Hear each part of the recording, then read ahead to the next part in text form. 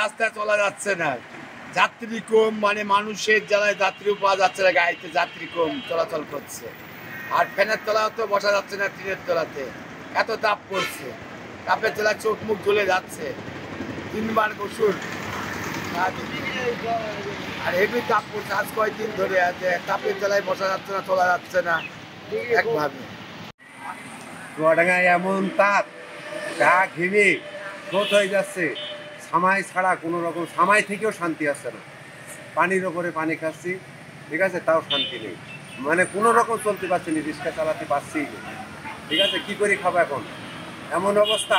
শহরে কোনো লোকজন নেই, একদম শহর মনে হচ্ছে নিস্তব্ধ করে, একটা লোকজন নেই, সব শহর ফাঁকা, মানে এমন অবস্থা সব চুয়াডাঙ্গা। বান্ডেল থাকলে প্রতি সেনমানিতে টাকা বাঁচবে। বিকাশ সেনমানি বান্ডেল কিনে জিতুন প্রতি লেনদেনে। সূর্যের যে তাপমাত্রা, এই তাপমাত্রায় আমাদের চলাচল খুব কঠিন হয়ে যাচ্ছে, আমরা চলার মতো কায়দাই পাচ্ছি না।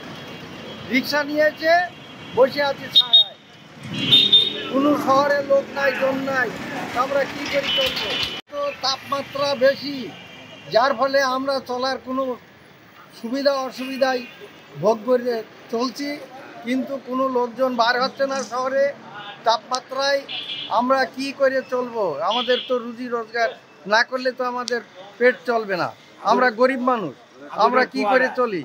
চুয়াডাঙ্গায় গত কয়েকদিন যাবৎ মাঝারি থেকে তীব্র তাপ প্রবাহ বয়ে যাচ্ছে। আজ অতি তীব্র তাপ প্রবাহ বয়ে যাচ্ছে। যেমন চুয়াডাঙ্গার আজ বেলা 3টায় তাপমাত্রা 42.0 রেকর্ড করা হয়েছে। বেলা 12টায়ও 40.0 রেকর্ড করা হয়েছে, যা গত কালকের থেকেও বেশি। বৃষ্টি না হওয়া পর্যন্ত এই তাপ প্রবাহ আরও কয়েকদিন অব্যাহত থাকতে পারে।